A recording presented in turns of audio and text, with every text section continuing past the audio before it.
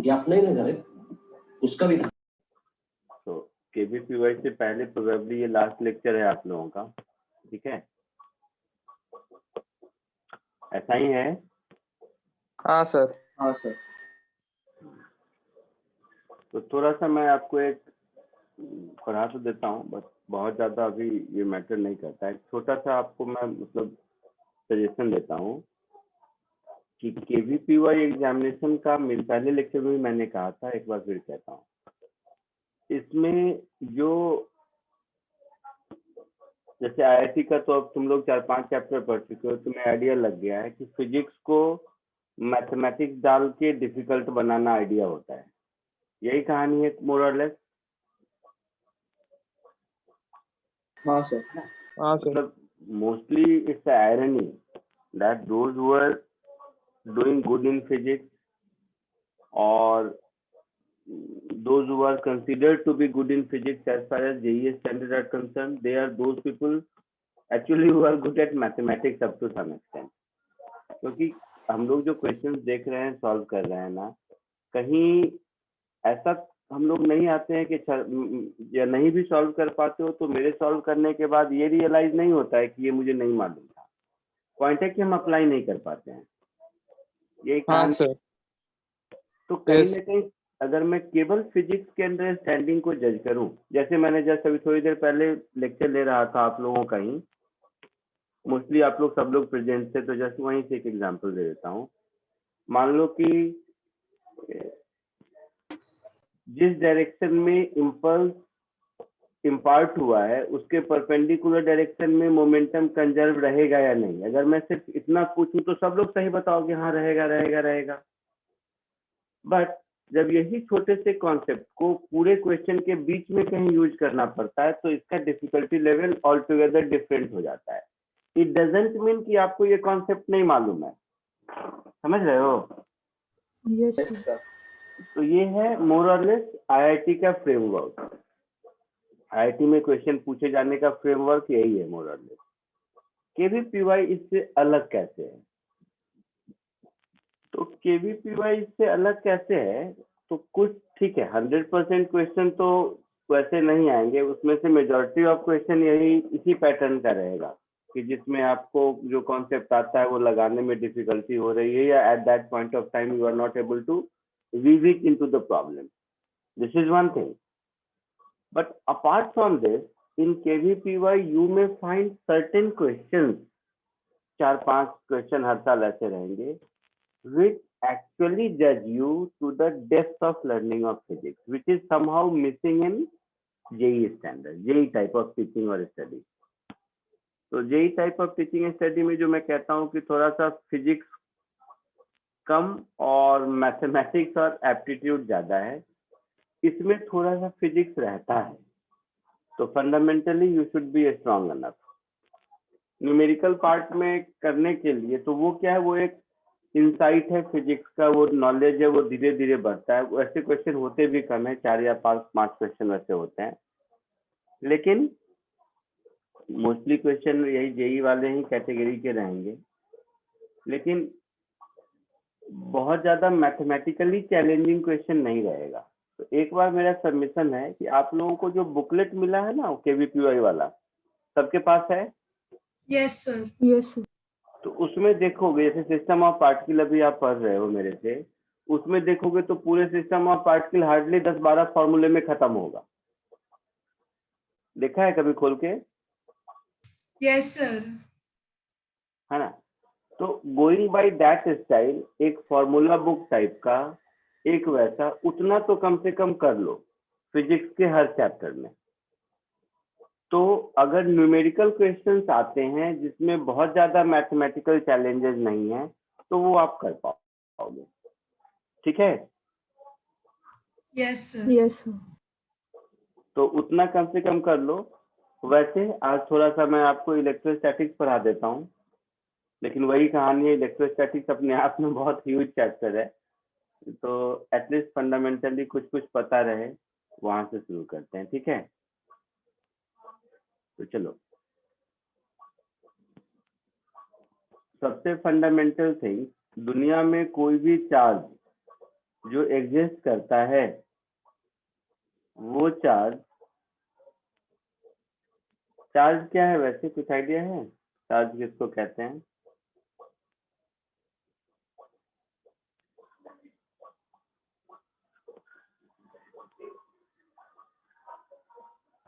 Charge किसको कहते हैं बताओ?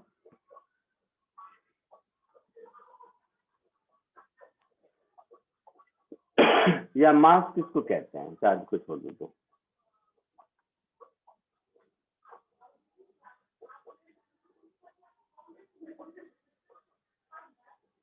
ये सब क्या है कि फंडामेंटल प्रॉपर्टी, आपके दिमाग में ऐसा होता होगा मास है तो है, इसमें क्या बताना कि किसको कहते हैं। लेकिन केमिस्ट्री थोड़ा बहुत पढ़े हो तो देखे होगे कि चार्ज मतलब एटम होता है, एटम में न्यूक्लियस होता है, न्यूक्लियस के चारों ओर इलेक्ट्रॉन रिवॉल्व करते हैं। वो जिस किसी भी फैशन में करे वो एक अलग स्टोरी है, कभी आराम से। बट जब तक न्यूक्लियर रिएक्शन नहीं होता है तब तक प्रोटॉन कहीं नहीं जाता, वो न्यूक्लियस में ही रहता है। It is the electron which keep on moving from one place to another. तो अगर किसी भी एटम में इलेक्ट्रॉन की डेफिशिएंसी है तो हम कहते हैं पॉजिटिवली चार्ज है, या इलेक्ट्रॉन का एक्सेस है, I mean excess of electron है, तो हम लोग कहते हैं नेगेटिवली चार्ज है। तो एज सच पॉजिटिव चार्ज कहीं जाता आता नहीं है, समझ रहे हो आप लोग fundamentally? Yes. It is the electron which may be in excess, then we call it as a negatively charged. It is the electron which is in deficiency, then we call it as a positive charge. तो positive और negative charge दोनों का electron के access और deficiency से मतलब है। Clear है?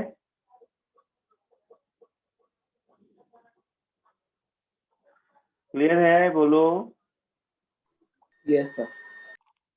So positive charge indicates deficiency of electron, negative charge indicates excess of electron, right?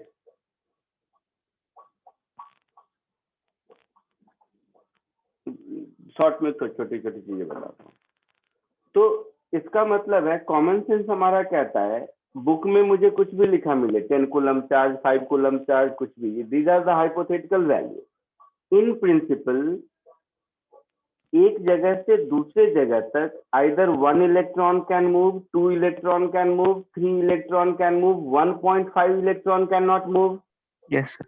Yes, sir. It means whatever charge exists in nature, whether it is positive or negative, it will always be in terms of integral multiple of electronic charge, isn't it? Yes, sir. Yes, sir. So this common sense we call it as quantization of charges. Yes, sir.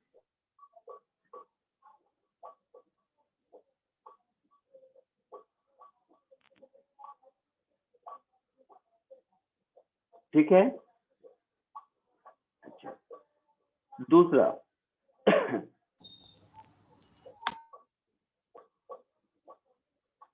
धर्मिल, तो बेटा last class में I mean पिछले 4 to 6 वाले lecture में absent था क्या? No, sir. Present था ना? अभी एब्सेंट के लिस्ट में मुझे तेरा नाम आया इसीलिए। सर वो लेक्चर से जल्दी निकल गया था सर, वाईफाई खराब हो गया है। अच्छा, वो अपडेट कर देना तुम फोन करके, या छोड़ दो, कोई मतलब नहीं है। और भी Okay, मुझे sir. याद है, और भी कोई एब्सेंट था। प्रीतेम, तू भी एब्सेंट था क्या?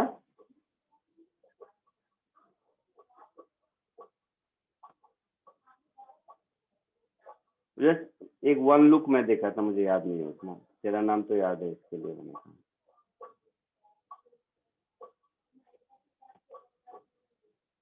Anyway, so what I was saying, charge is always quantized. इसमें कोई दिक्कत है? No, sir. No, sir. अब No. थोड़ा ही सही, बट इलेक्ट्रॉन का मास होता है। Yes, sir. हाँ सर। तो अगर कोई ऑब्जेक्ट पॉजिटिवली चार्ज है, इसका मतलब है कि इसका मास डिक्रीज होगा क्योंकि इलेक्ट्रॉन गया होगा। Yes, sir. और कोई नेगेटिवली चार्ज है मतलब इलेक्ट्रॉन आया होगा तो उसका मास भी कुछ इंक्रीज हुआ होगा। कॉमन सेंस है। Yes, sir. Yes, sir. Positive और नेगेटिव चार्जेस के बीच या किसी भी दो चार्जेस के बीच, मैं एक ही बार दो बार नहीं, मतलब क्योंकि अभी उतना अपने पास टाइम नहीं है। सपोज दो चार्जेस हैं सिस्टम में, एक चार्ज है प्लस माइनस, मैं नहीं लिखता, रहने दो। एक चार्ज है Q1 और एक चार्ज है Q2। Anyone can be positive, anyone can be negative, उससे मुझे मतलब नहीं है। ये चार्ज Q1 का पोजीशन वेक्टर है, ये चार्ज Q2 का पोजीशन वेक्टर है।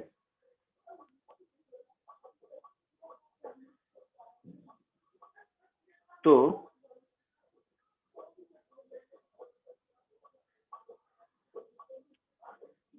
ये जो इन दोनों के बीच का डिस्टेंस है, इसको हम लोग mod of R1 minus R2 बोलेंगे।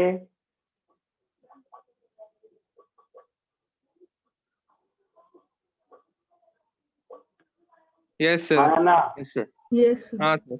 मैं जस्ट एक ही जगह लिखने के चक्कर में ऐसा कर रहा हूँ। तो कूलम्स लॉ जो आप लोग पढ़ चुके होंगे वो कुछ ऐसा है, forces Q1 Q2 upon 4 pi epsilon not R square. ये तो सबको मालूम है। Yes, sir. फोर्स का मैग्नीट्यूड ऐसा होता है कूलम्स लॉ से, ये सबको पता है ना बेटा, बोलो। Yes, sir. हाँ सर, पता है। Yes, sir. अब ये तो एक जनरल बात है जो सबको पता है, लेकिन इसी को अगर मैं थोड़ा सा, फोर्स तो वेक्टर क्वांटिटी है तो हम तो वेक्टर फॉर्म में लिखेंगे ना। हाँ सर. तो अगर मैं इसको वेक्टर फॉर्म में लिखूं, that is force on 1 due to 2 का वेक्टर, तो ये ऐसा होगा Q1 into Q2 upon 4 pi epsilon naught. ध्यान से देखना, इस R को मैं लिख दूंगा mod of R1 minus R2 का होल स्क्वायर, ऐसा लिखूंगा। Yes, sir. अच्छा, लेकिन इसमें क्या है, एक सेकंड वो कुछ,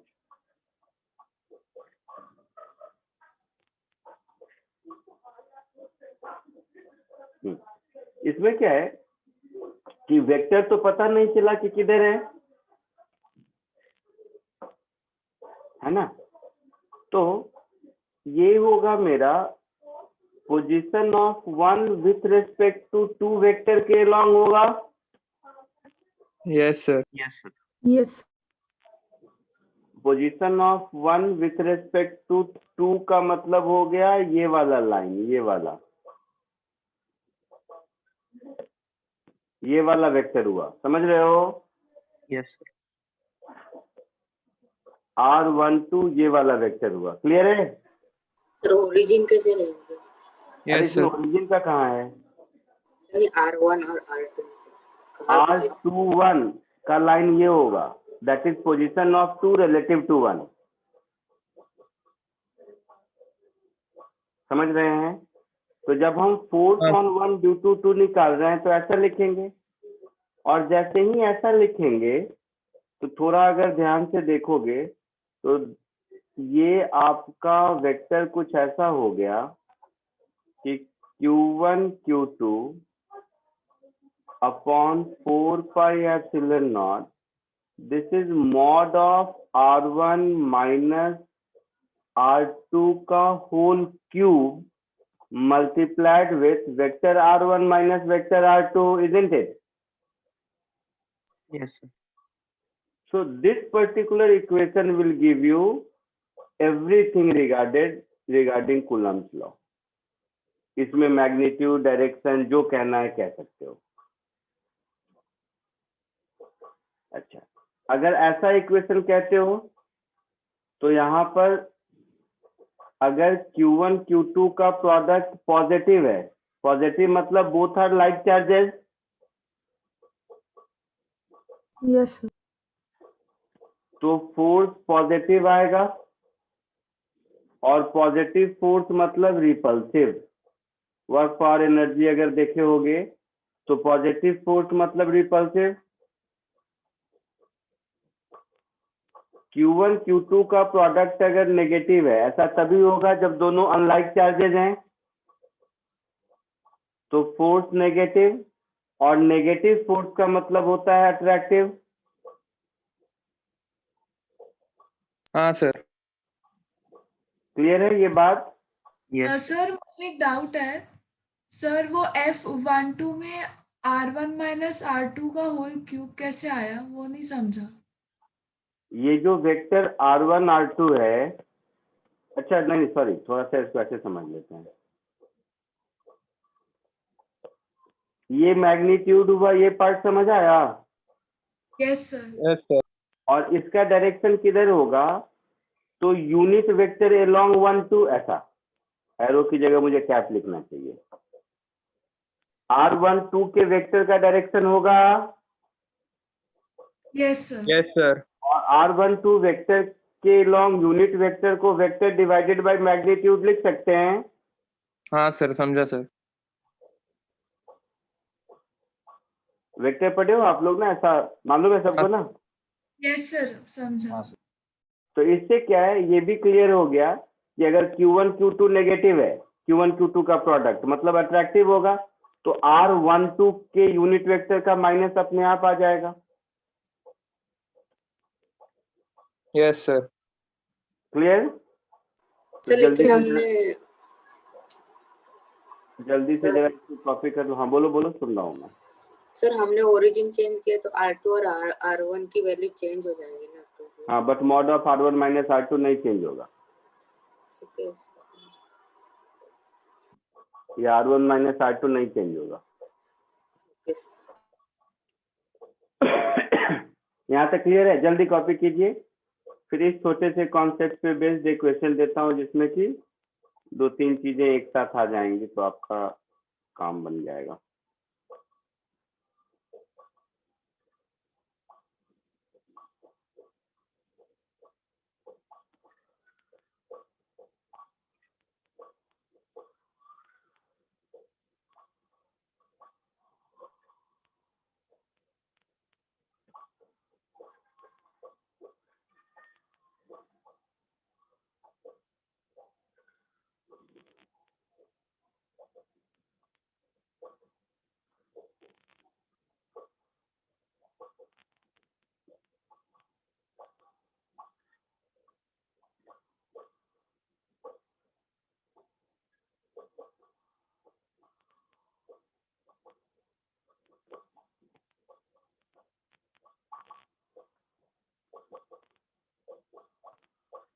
डन सर।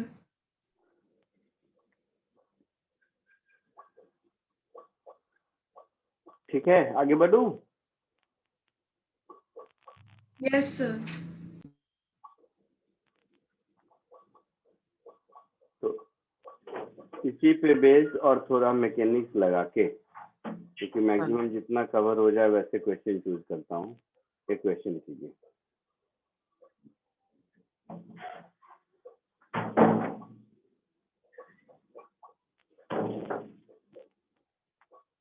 दिख रहा है ये क्वेश्चन सबको? Yes sir. इसी क्वेश्चन के थ्रू 2-3 चीज मैं सिखा दूंगा, तो देखते हैं, अगर हो पाया तो ठीक है, अगर समझ में आ गया आपको।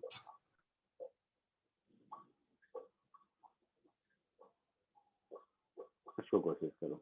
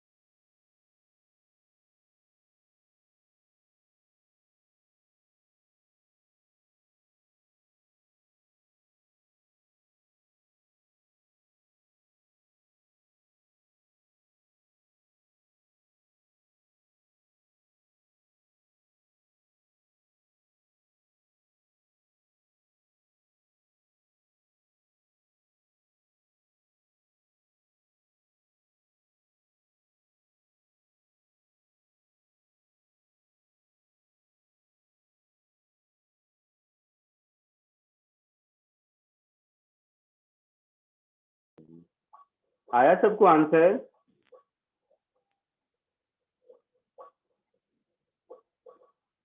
आया सबको आंसर?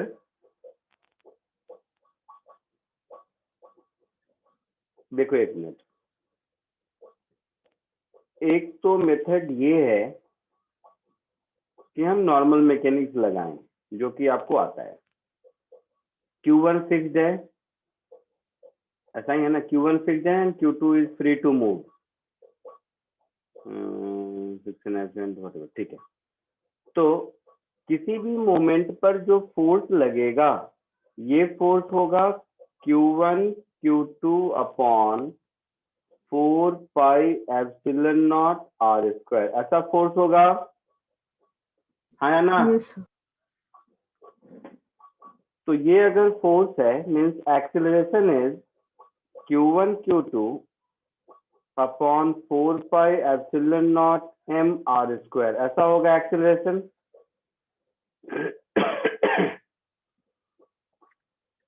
है ना?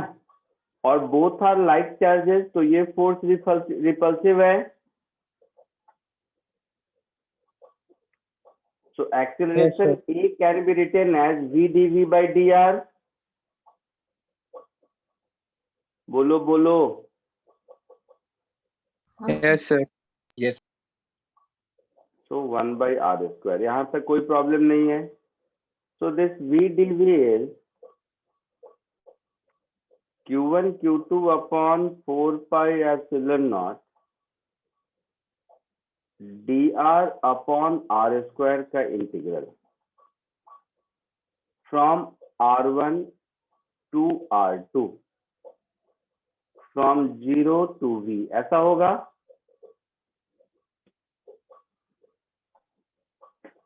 बोलो। Yes, sir. तो यहाँ से v की वैल्यू शायद मिल जाएगी। तो v square by 2 is q1 q2 upon 4 pi epsilon naught minus 1 by R होगा ना, ये 1 बाई आर स्क्वायर का इंटीग्रल। समझ रहा है कुछ तुम लोग? तो 1 बाई हाँ। r1 माइनस 1 बाई r2, ऐसा कुछ होगा।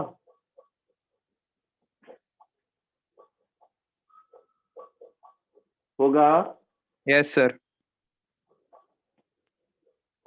तो फाइनली v मेरा हो गया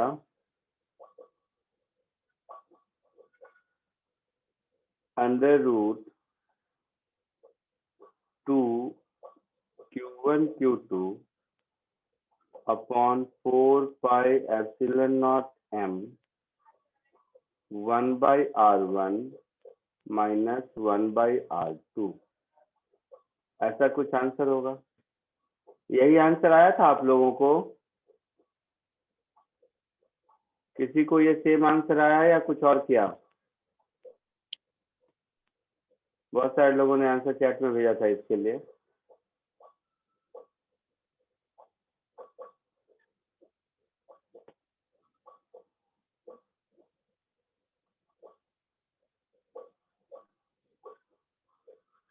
ठीक है, अब यहीं पर एक कॉन्सेप्ट इंट्रोड्यूस करता हूं इसी के सेकेंड मेथड के थ्रू। मैं फिर कह रहा हूं ये एक लंबा टॉपिक है, तो जब मैं पढ़ाऊंगा उस समय तो डिटेल में पढ़ाऊंगा। अभी सिर्फ छोटे छोटे कॉन्सेप्ट को अगर हम लोग इसमें व्यू करें तो शायद हमारा काम चले। वर्क पावर एनर्जी में तुम लोगों ने पढ़ा होगा पोटेंशियल एनर्जी, पढ़ा है सबने? Yes, sir. क्या होता है?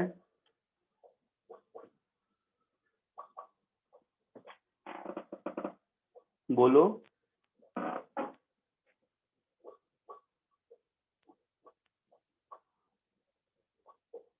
Energy due to shape or position. Shape or position. नहीं, ये 9th-10th का डेफिनेशन मत बताओ।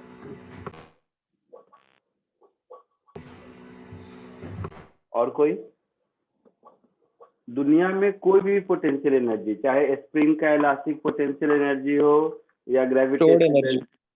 Sorry Stored energy. नहीं दे बच्चा, कंजर्वेटिव नॉन कंजर्वेटिव फोर्स पढ़े हो? Yes, sir. Yes. तो पोटेंशियल एनर्जी दुनिया में कोई भी एनर्जी तो दो ही कैटेगरी होगी, या तो काइनेटिक होगा या पोटेंशियल होगा। तो काइनेटिक के अलावा आज के बाद लाइफ में कहीं कोई भी पोटेंशियल एनर्जी दिखाई दे तो potential energy negative of work done by conservative force, ये मालूम है? हाँ सर. Yes, sir. हाँ सर। ये तो वर्क एनर्जी थ्योरम में इस समय पढ़े होगे ना? Yes, sir. और अगर आप लोगों को कंजर्वेटिव फोर्स पहचानने आता है कंजर्वेटिव फोर्स?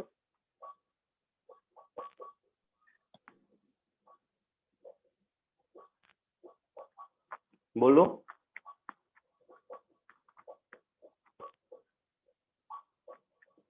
अच्छा, पहचानने आज छोड़ो। सेंट्रल फोर्स कंजर्वेटिव होता है, ये लाइन सुना है? हाँ सर. हाँ sir. All central forces are always conservative. मतलब जिस फोर्स का point of action toward a point हो एक सेंटर में, वो हमेशा होगा। तो Q1 फिक्स है और Q2 मूव कर रहा है, तो Q2 पर जो भी फोर्स लगेगा उसका लाइन ऑफ एक्शन Q1 से ही पास करेगा ना, तो ये सेंट्रल फोर्स हुआ, यस सर। कंजर्वेटिव होगा ही। तो इस हाँ सर। कंजर्वेटिव फील्ड में कोई भी चार्ज होगा तो उस पर पोटेंशियल एनर्जी होगी ही,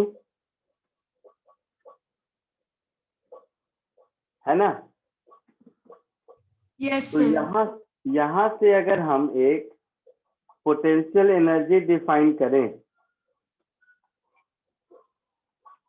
तो negative of work done by conservative force, तो तुम खुद बताओ, ये कुछ ऐसा आएगा -K(Q1 Q2)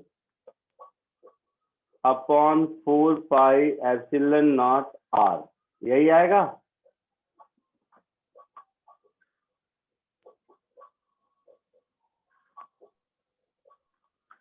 अरे दोस्त, स्प्रिंग फोर्स के एक था, Yes, sir. Yes sir. वही फोर्स Fx dx को इंटीग्रेट कर देता है 0 से x तक, तो स्प्रिंग की एनर्जी मिलती है ना। हाँ सर. हाँ सर। तो वो kx जो बड़ा सा टर्म है, जो छोटा सा टर्म है, उसमें इतना बड़ा दिख रहा है, मतलब सम कांस्टेंट इनटू 1/r² का इंटीग्रेशन 0 इंफिनिटी टू r, यही आपका पोटेंशियल एनर्जी होगा। हाँ सर. समझ आ रहा है? Yes, sir. अच्छा, तो अगर ये समझ आ रहा है तो यहाँ से एक मैं अब इस क्वेश्चन को सॉल्व करने के लिए law of conservation of energy लगा देता हूँ या वर्क एनर्जी थ्योरम लगा देता हूँ, दोनों में से जो बोलो। So applying law of conservation of energy, initial kinetic energy 0, initial potential को मैं लिखूंगा Q1 Q2 अपॉन 4πε0R1 लिखूंगा। Yes, sir. फाइनल काइनेटिक को 12mv² और फाइनल पोटेंशियल को Q1 Q2 अपॉन 4πε0R2।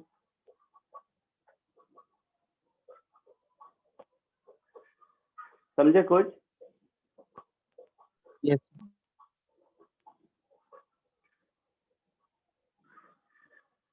तो यहाँ से आपको मिल गया ना, 12mv² is Q1 Q2 upon 4πε0 common 1/r2 minus 1/r1, ऐसा कुछ मिल गया।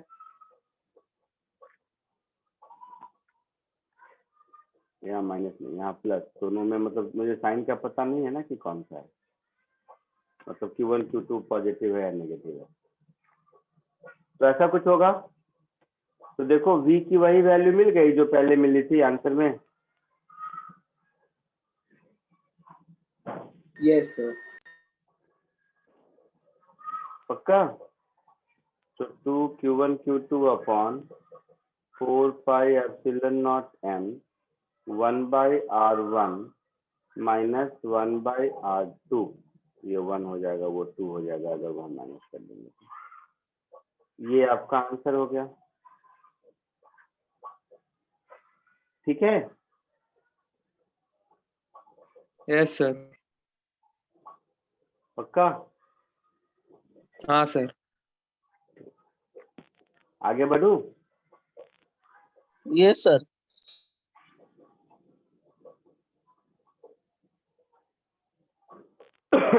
अभी जो मैं आपको ये बताया था vector form of Coulomb's law, उस पे बेस्ड एक क्वेश्चन करो।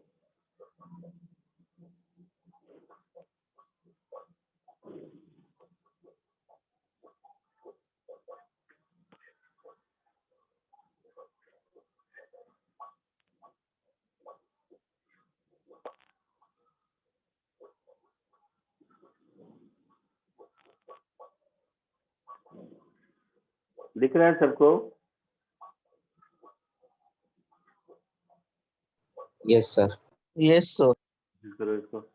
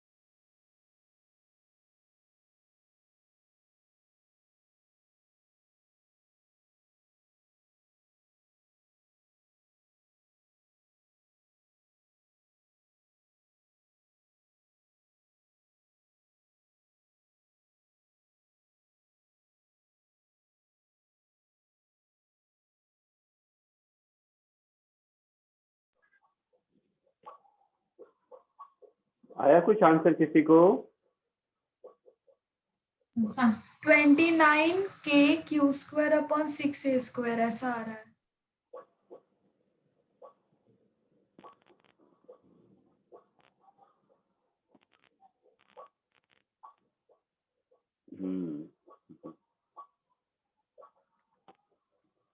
और किसी को कोई आंसर?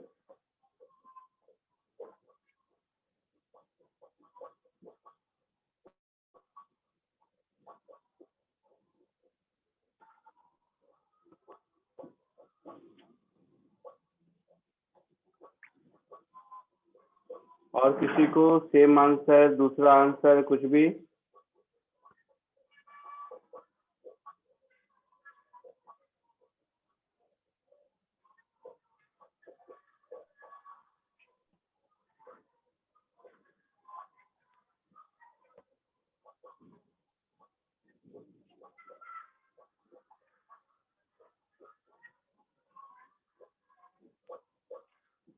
कोई तो बोलो यार।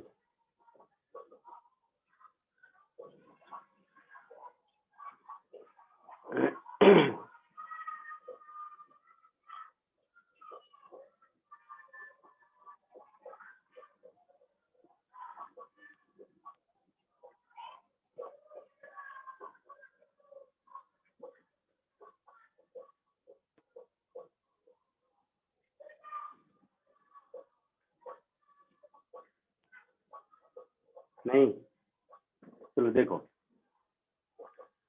ऐसे सॉल्व करने जाओगे तो ये हमेशा कॉम्प्लिकेटेड रहेगा जब तक आप वेक्टर फॉर्म यूज नहीं करते हो। फॉर एग्जाम्पल, मैं एक मान लो क्यूब बना देता हूँ ऐसा।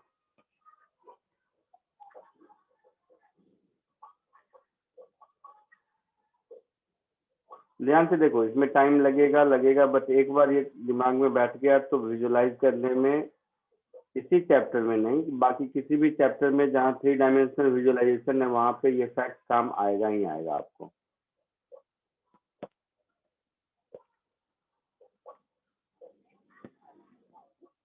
देखो, इस पॉइंट को हम लोगों से क्या पूछा है कि ऑल 8, हर पॉइंट पे एक एक चार्ज है क्यू, है ना? Yes, sir. And we are supposed to find net force on any one of the charge.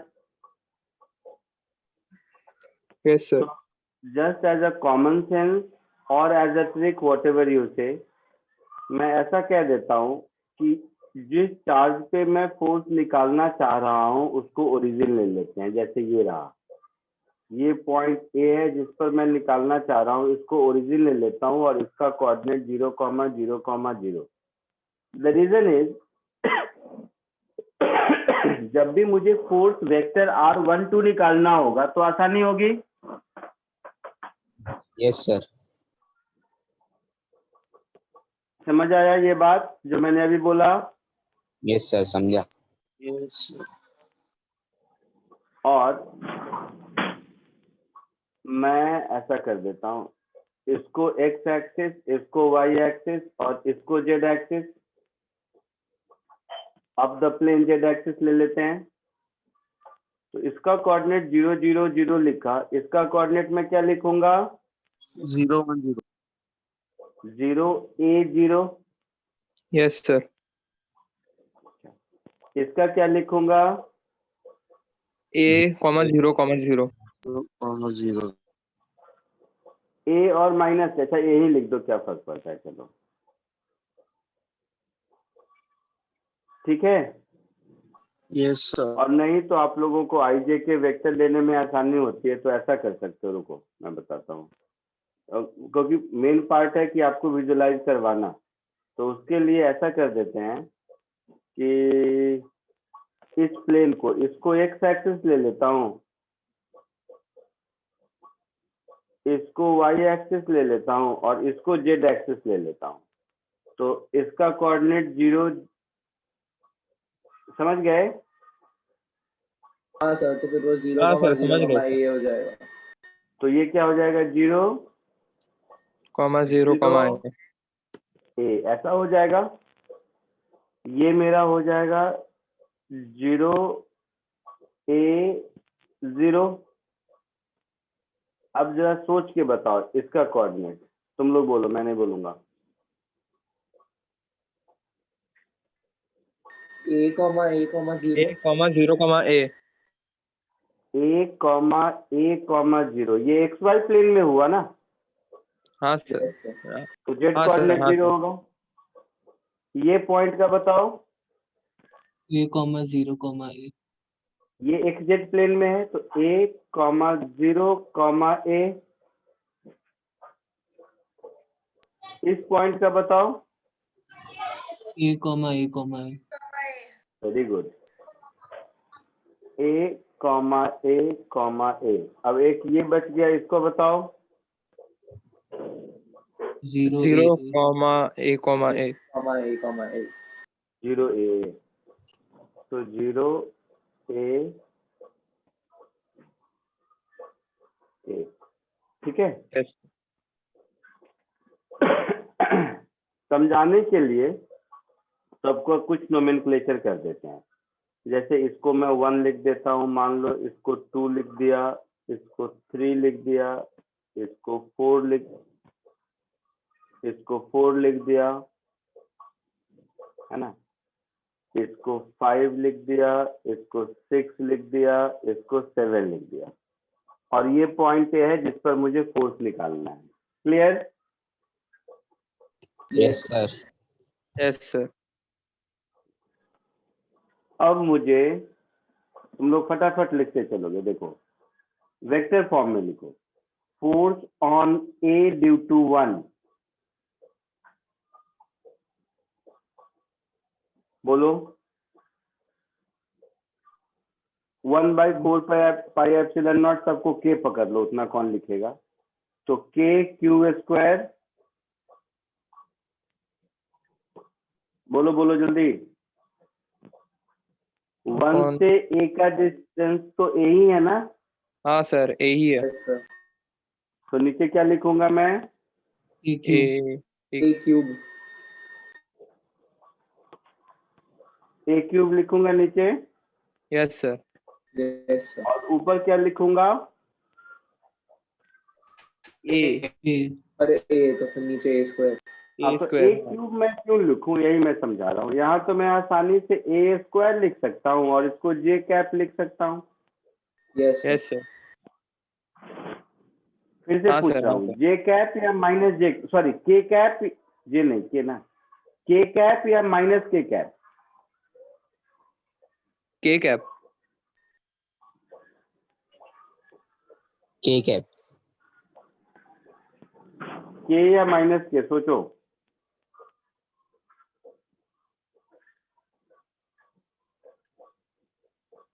Minus के होगा बेटा ना। पोजीशन वेक्टर ए का 1 के रेस्पेक्ट में नीचे की ओर होगा ना। Sir R1 minus R2 minus A होगा। माइनस के कैप होगा। ओके हाँ सर, ओके। Yes, sir. हाँ सर। Sir,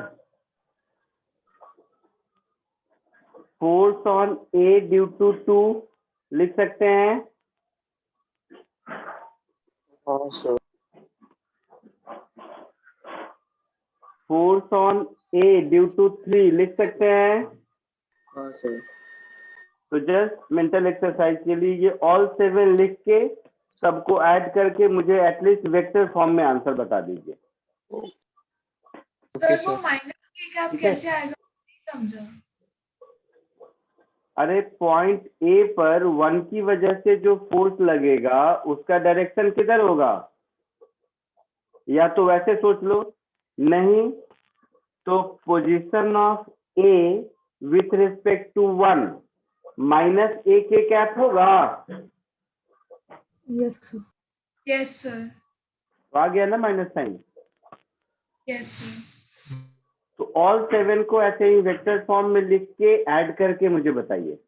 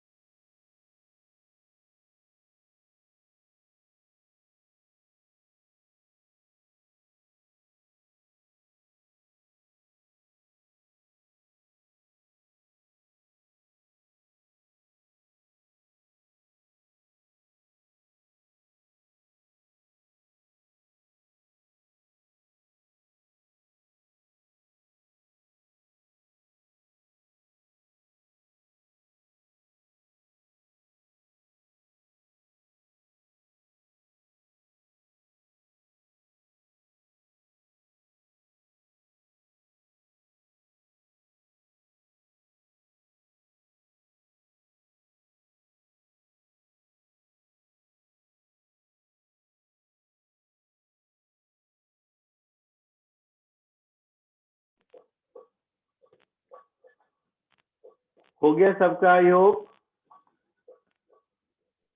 Yes, sir. श्योर? चलो फटाफट FA2 वन लाइन बोलते चलो। Sir -11 KQ square upon A square vector form में -11 KQ square upon A square. नहीं सर, मैं पूरे का बोल रहा था। नहीं नहीं नहीं नहीं, FA2 बोलो, ये छोटा एक्सरसाइज बहुत काम का है, KQ क्योंकि स्क्वायर आप अपॉन देखोगे 2A कहीं ना स्क्वायर कहीं जरूर गलती हुई होगी। KQ बोलो। Square upon 2A square. हाँ अरे सर। वेक्टर फॉर्म में I cap plus J cap फिर ब्रैकेट में -KQ square upon A square I cap plus J cap, yes sir. I cap plus J cap upon √2 भी तो होगा कि नहीं? फिर सिर्फ 2 होगा ना। वह डायग्राम देखिए मुझे 2 पॉइंट कहाँ पर है, किसको 2 बोला था मैंने, इसको ना। हाँ, तो √2a का डिस्टेंस हो गया, तो यहाँ पर 2a स्क्वायर लिखूंगा, यहाँ √2 लिखूंगा। समझ आया कुछ? Yes sir. सबको समझ आया? FA2 का ये एक्सप्रेशन सबको समझ आया? वो J कैप और वो K J cap. Cap plus K cap होगा ना? Yes sir. हाँ, J प्लस के होगा। वेरी गुड, वो किसी ने बोल दिया, मैंने ध्यान नहीं दिया, ये J प्लस के होगा। क्लियर है? Yes, sir. यस FA3 सबसे आसान।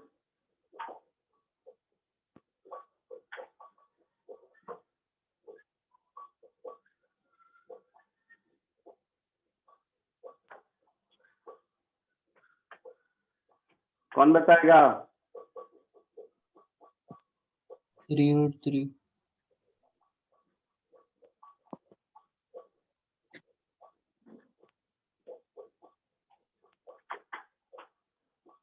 ऐसा होगा? Yes sir. 1√3. का FA4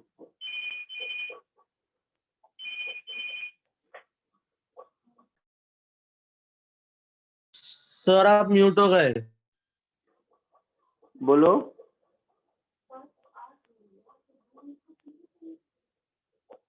FA4 बोलो तो सही कोई।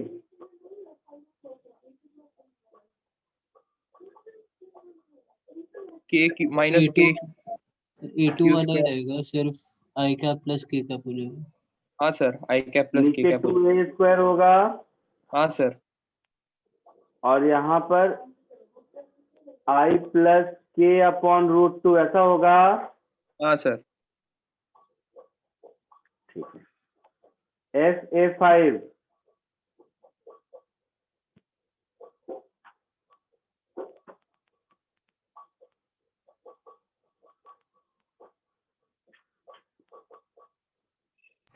Minus KQ K square upon A square upon A square. I cap. Plus आएगा सर। माइनस I कैप में होगा ये। नहीं सर, पॉजिटिव में होगा।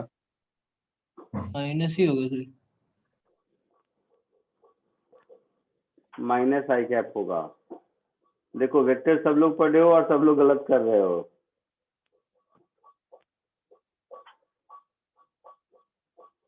FA6 बताओ।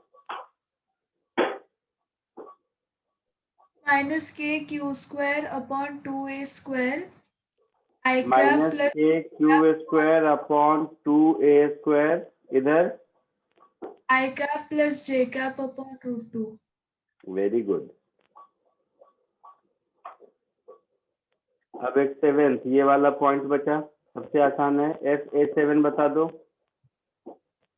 -q square upon a square into j cap. Minus KQ square upon a a square square j cap. J cap. ये सबका अगर मैच कर गया तो ऐड करना बहुत आसान काम है, कर लोगे तुम लोग शायद। यहाँ पे मैं छोड़ दूं इसको। हाँ सर छोड़ दो। सर कोई इसका दिक्कत? फाइनल आंसर क्या है? वो तो ऐड करके देखेंगे बेटा जो आएगा, मतलब कैसे बताऊं।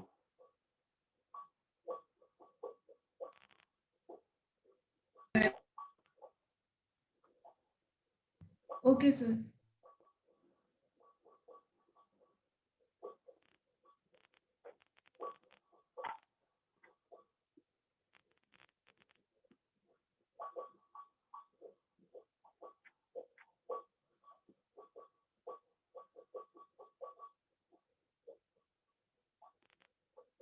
एक छोटा सा क्वेश्चन और है, अगेन दे इसलिए रहा हूँ क्योंकि इसमें अब तक जितना पढ़े हो उसके बेसिस पर मल्टीपल कॉन्सेप्ट चेक हो जाएंगे इसके लिए, अलोंग विथ इलेक्ट्रोस्टैटिक्स। मल्टीपल मतलब एक और कॉन्सेप्ट चेक हो जाएगा, ये करो।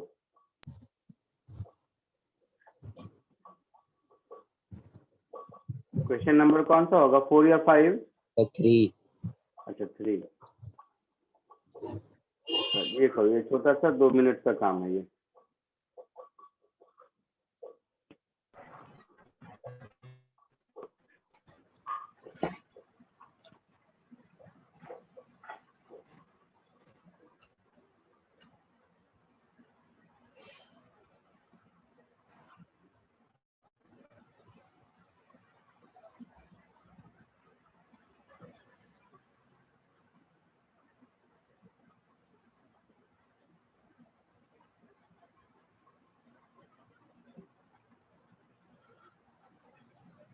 क्या हुआ?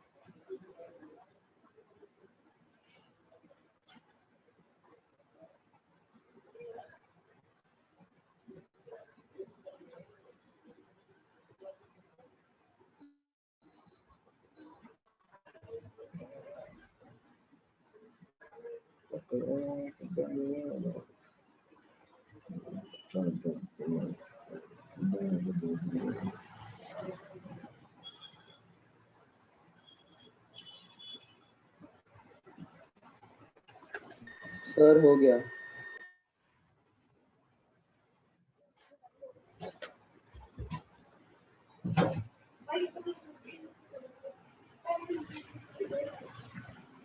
क्या है आंसर?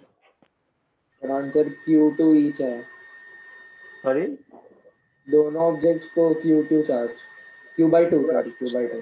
2/2, very good. कोई Yes. दिक्कत नहीं इसमें। एक लाइन का क्वेश्चन है, F is equal to K capital Q minus small Q into small Q upon R square करोगे, for F to be maximum differentiate कर दोगे, यही किया ना?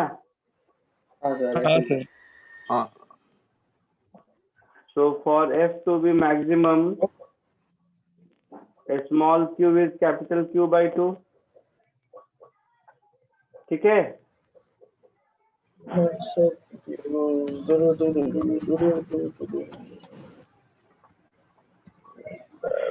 आगे बढ़ू? यस। यस। Yes sir.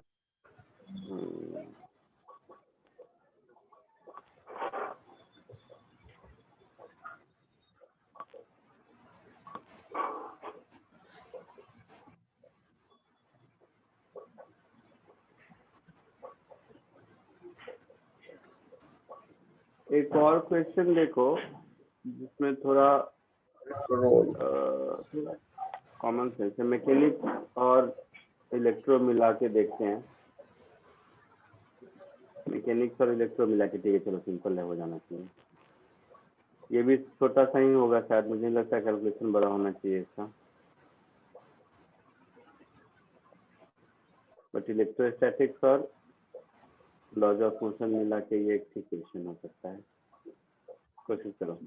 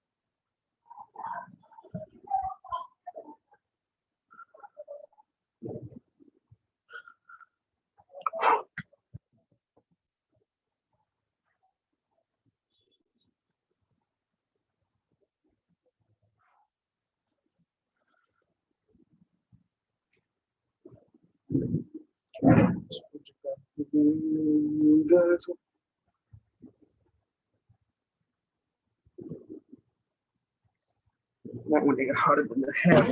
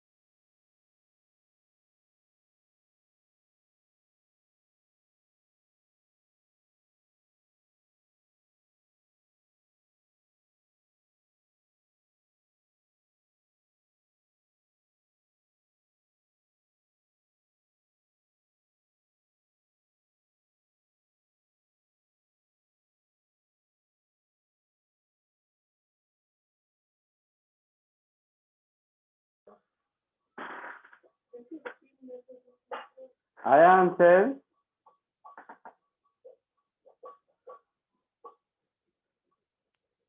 बोलो, आया किसी को answer?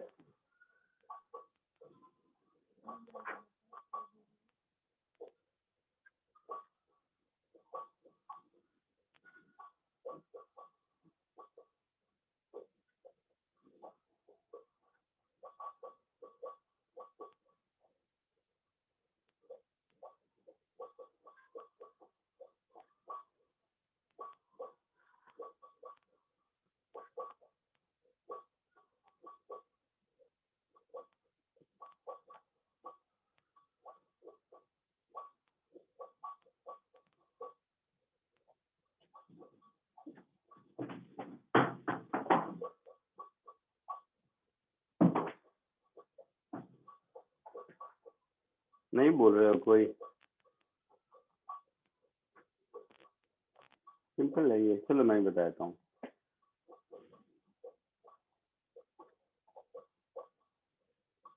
A and B, sir distance root two D square minus 2d है क्या?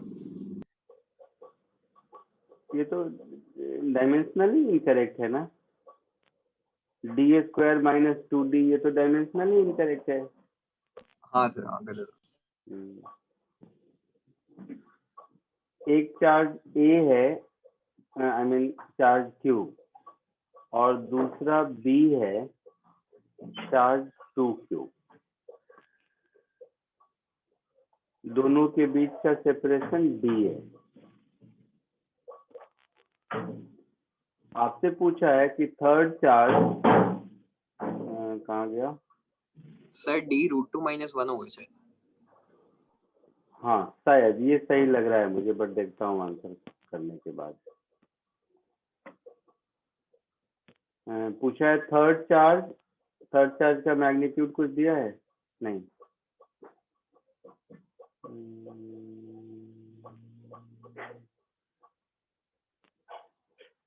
अच्छा, उसका चार्ज भी नहीं दिया, तो थर्ड पार्टिकल सी को मैं कहीं भी रख देता हूँ। ध्यान से सुनो, जो मेरा पॉइंट था इस क्वेश्चन में, उसको पहले ध्यान से समझो। सी चार्ज को मैं कहाँ रखूं? मतलब मेरे पास इन टोटलिटी दो ऑप्शन है। पहले तो ब्रॉडली, एक लाइन ए बी पर रखूं या लाइन ए बी से अलग कहीं रखूं। ठीक है, तो ये जो Q और 2Q है, इन दोनों के बीच रिपल्सन तो इधर ही होगा ना? बोलो। Yes sir. तो मुझे इस रिपल्सन को बैलेंस करना है, तो दो फोर्स मिलके जीरो तभी होंगे जब दूसरा भी इक्वल अपोजिट होगा। तो ये तो पक्का है कि थर्ड चार्ज को लाइन ए बी पर ही कहीं रखना है। ठीक है, और इस तरह से रखना है कि ए पर इधर और बी पर इधर फोर्स लगाए, है ना? तो ऐसा तभी हो सकता है जब उसका आई मीन साइन Q और T 2Q के अपोजिट हो और A और B के बीच में ही कहीं रखें। समझ रहे हो? तो C को मैंने कहीं यहाँ रख दिया, और डेफिनेटली इस C का साइन A और B के अपोजिट होगा, अदरवाइज कोई पॉसिबिलिटी नहीं है। मैं A के लेफ्ट हैंड साइड में कोई चार्ज को रखूं या B के राइट हैंड साइड में कोई चार्ज को रखूं, तो कभी भी इन दोनों को साइमल्टेनियसली बैलेंस नहीं कर सकता है। क्लियर है? बोल भाई। Yes sir. Yes sir. तो ये डिस्टेंस अगर x है तो ये d माइनस एक्स है। तो अब कुछ नहीं बचा, बहुत सिंपल है। तो ये दोनों ब्लू वाले फोर्स इक्वल होंगे, जिसकी वैल्यू होगी k into Q into 2Q upon d²। और इसको बैलेंस करना है, तो सपोज a के लिए हम देखेंगे तो ये हो जाएगा k into Q into capital Q divided by x² magnitude में, साइन में डेफिनेटली नेगेटिव होगा तो माइनस लिख देता हूँ मैं पहले ही।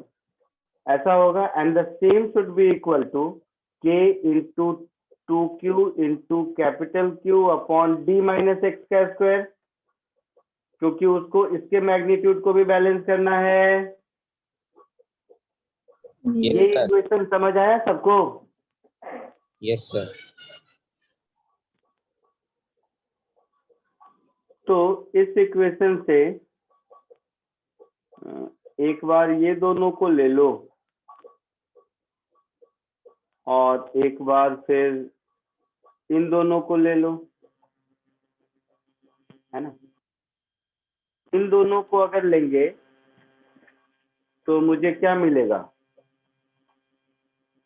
मुझे मिलेगा 1 upon x square is 2 upon d minus X का स्क्वायर।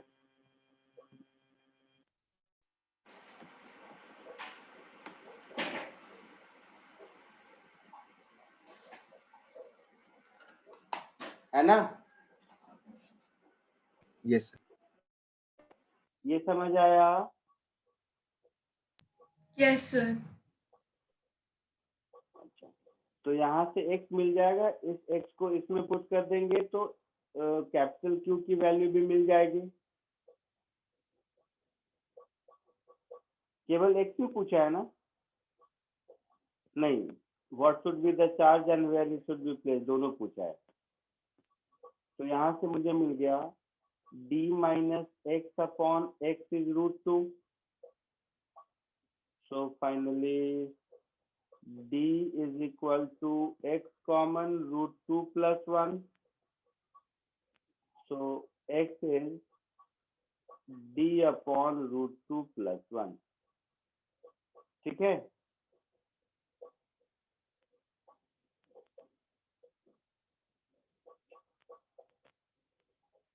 ठीक है?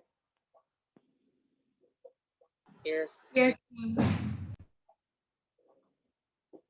और इस x को यहाँ सब्स्टिट्यूट करके कैपिटल Q भी निकाल लोगे? Yes, sir. ठीक है, चलो आगे बढ़ते हैं।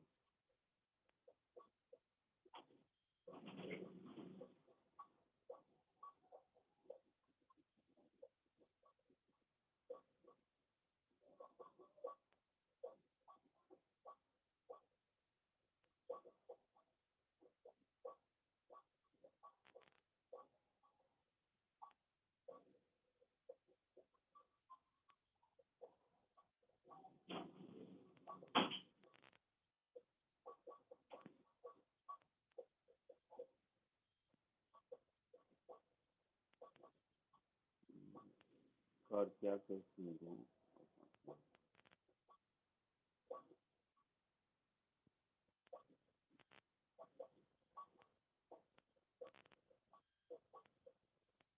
एक ये भी कर लो।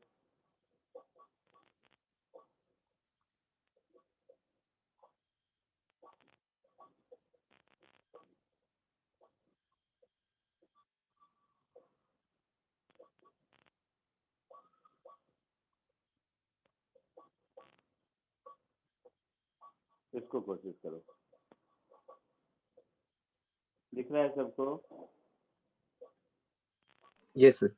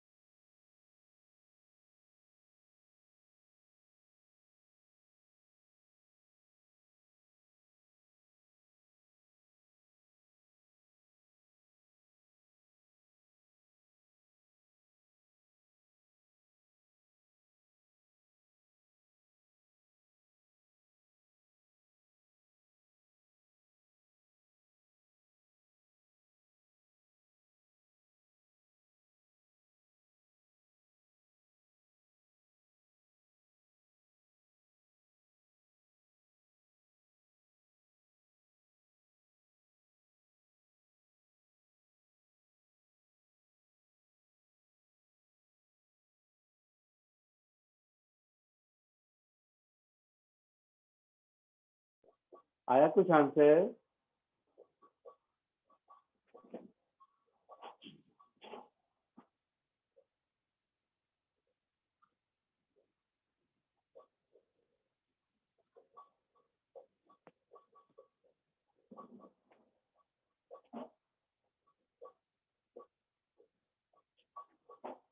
आया किसी को बोलो?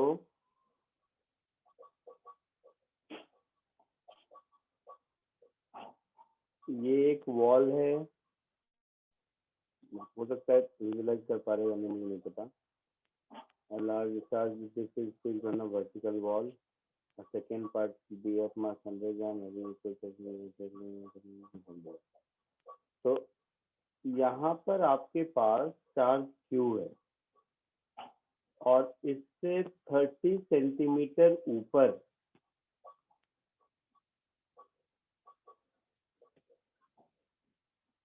यहाँ पर एक 30 सेंटीमीटर के थ्रेड पे एक और चार्ज को लटकाया है ऐसे।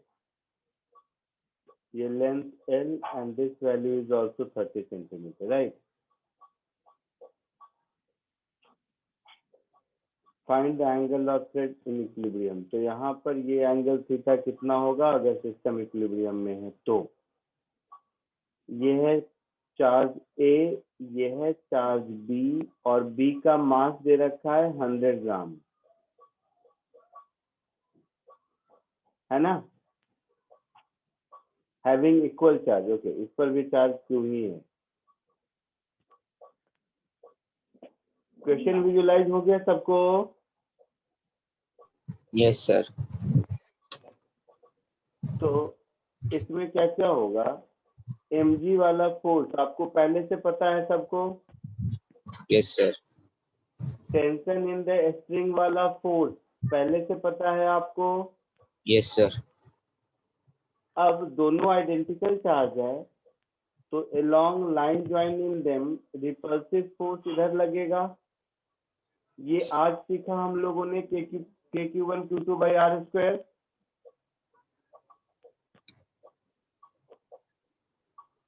है ना? Yes sir. Yes sir. अच्छा, ये 30 तो ये भी थीटा होगा और ये डिस्टेंस भी L के बराबर होगा। नहीं गलत बोल दिया मैं।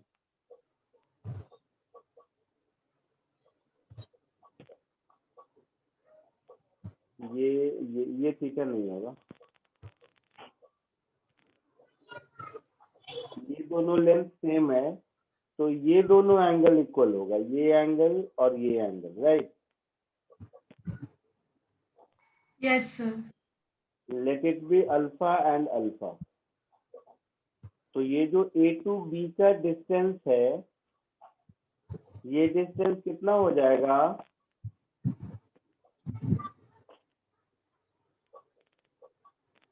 बोलो 2L sin थीटा बाई 2 होगा। हाँ सर, हो जाए। मतलब नॉर्मल मैथ है, इसमें कुछ नहीं है। पक्का? पक्का बोलो हाँ या ना। Yes sir. At the same time, angle alpha is 90 minus theta by 2. Yes. अब पॉइंट बी पर इक्विलिब्रियम के लिए तुम लोगों ने ये पर रखा होगा लामीज थ्योरम। Yes sir. तो 3 फोर्स दिख रहे हैं तो मुझे लग रहा है लामीज थ्योरम लगाना चाहिए। सर कौन सा थ्योरम? ठीक है, लामीज थ्योरम। हाँ ओके सर। याद आया? हाँ सर। तो ये F, ये T और ये mg। अच्छा, मुझे थीटा ढूंढना है। अल्फा एंगल थीटा के टर्म में बता सकते हैं। F की वैल्यू मुझे मालूम है थीटा के टर्म में, तो शायद हमारा काम चल जाए। सिर्फ आप मुझे ये सब एंगल बता दो, ये कितना होगा, ये कितना होगा, ये कितना होगा।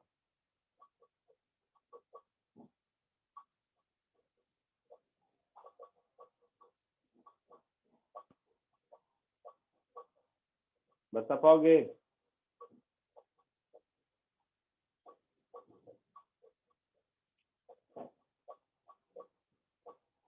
सर FT वाला तो 180 माइनस अल्फा रहेगा, कौन सा वाला?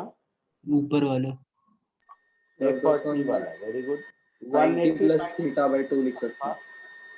180 माइनस अल्फा लिखोगे तो 90 प्लस थीटा बाई 2 लिख दूं? हाँ सर। वेरी गुड, सही बोला। और सबसे आसान तो F और mg वाला है, ये क्यों नहीं बता रहे जल्दी? मैं ये समझ पा रहा हूँ।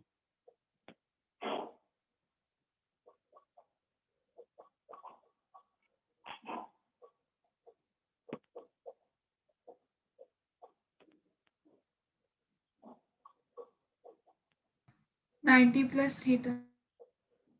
हाँ, 90 प्लस थीटा।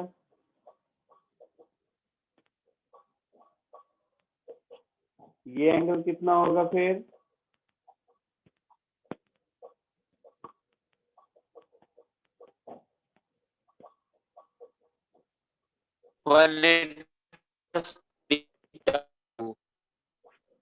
क्या बोल रहे हो बेटा?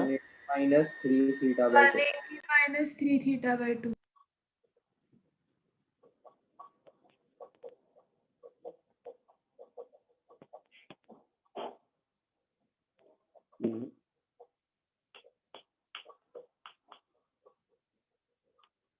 ये 90 प्लस थीटा नहीं होगा।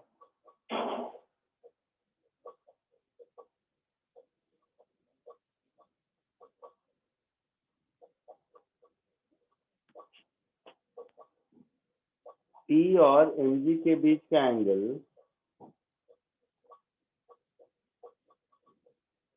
सर वो भी 90 प्लस थीटा बाई 2 ही होगा।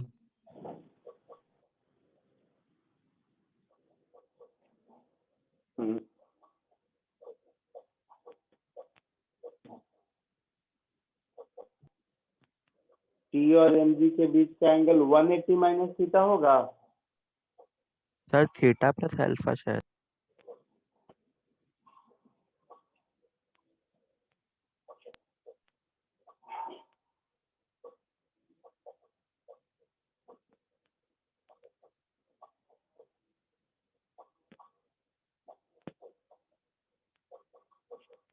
माइनस होगा ना?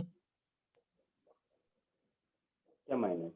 180 माइनस थीटा। हाँ, 180 माइनस थीटा होगा। अच्छा, ये प्लस थीटा है। 180 माइनस थीटा होगा। 180 माइनस थीटा समझ आया कि नहीं? हाँ सर। कैसे?